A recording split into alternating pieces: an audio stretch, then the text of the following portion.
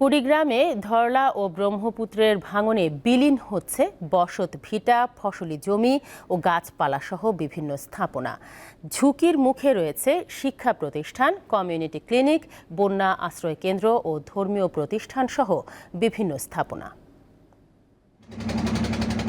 ধরলার ভাঙনে ৫ দিনে কুড়িগ্রামের উলিপুর উপজেলার বেগমগঞ্জ ইউনিয়নের খুদিরকুঠি এবং ব্রহ্মপুত্র ভাঙনে মোল্লারহাট, সরকারপাড়া, ব্যাপারী পাড়ার শতাধিক বাড়ি নদীর গর্ভে বিলীন হয়েছে। তিস্তার ভাঙন দেখা দিয়েছে উলিপুর ও রাজারহাট উপজেলার ৮ স্থানে।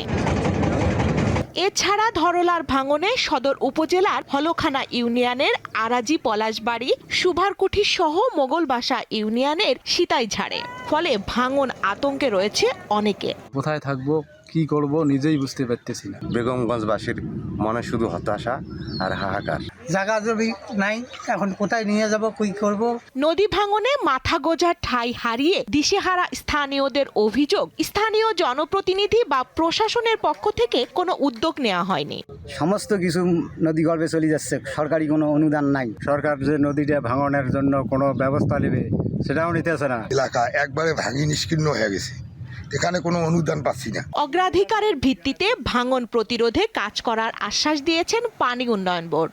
আমাদের যে সামর্থ্য আছে, পুরো সামর্থ্য প্রয়োগ করে কিভাবে আমরা লোকজনের আসলে জানমালের নিরাপত্তা দিতে পারি। শুধু আশ্বাস নয়, জরুরি ভিত্তিতে ভাঙন রোধে পদক্ষেপ নেওয়ার দাবি ক্ষতিগ্রস্তদের।